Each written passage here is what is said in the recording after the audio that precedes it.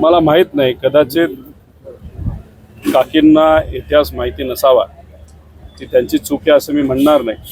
पण त्यांच्या अवतीभोवती असणारे जे कन्सल्टंट आहेत त्यांनी कदाचित चुकीची इतिहासाची माहिती त्यांना दिली. श्रीकृष्णांच्या कुटुंबाबाबतीतला विषय नव्हताच, कौरव आणि पांडवांचा विषय होता. आणि श्रीकृष्ण हे पूर्वीपासूनच हे सत्तेच्या बाजूले होते. सत्य हे त्यांच्यासाठी महत्त्वाचं होतं, लोक हे त्यांच्यासाठी महत्त्वाचे होते. आणि तिथं सुद्धा आपण जर बघितलं तर ते शेवटपर्यंत सत्य याच बाजूला राहिलं आणि विजय हा सत्याचा झाला. इथं लढाई असत्य विरुद्ध सत्य आहे. आणि आज जे आदरणीय पवार साहेबांना लोकांना पुरोगामी विचाराला सोडून गेलेले आहेत, त्याच्यामध्ये दादासुद्धा येतात, ते असत्याच्या बाजूली आहेत, प्रतिगामी विचाराच्या बाजूली आहेत. त्यामुळे विचार त्यांनी बदललेला आहे.